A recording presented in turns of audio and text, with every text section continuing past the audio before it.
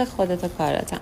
تو تمام این مدت عکس کارهای قشنگ تو برای عشقم میفرستادم و میگفتم اگه یه روزی قسمت بود به هم برسیم، دوست دارم اولین چیزی که برای خونه عشقمون میگیریم این ظرفای خوشگل باشه. امروز همون روزه. بعد سالها عاشقی کردن بالاخره من و عشقم به هم رسیدیم. هفته بعدم عقدمونه. خواستم همین خبر خوب رو بهتون بدم، هم بگم برامون یه سرویس پذیرایی زیبا بسازه. منم گفتم به روی چشم، چه خبری قشنگتر از رسیدن دوتا عاشق به هم. از اونجایی که عروس خانوممون عاشق تم رنگی سیاه و سفید بودن، منم براشون به سبک کاری خودم اجراش کردم و تادا!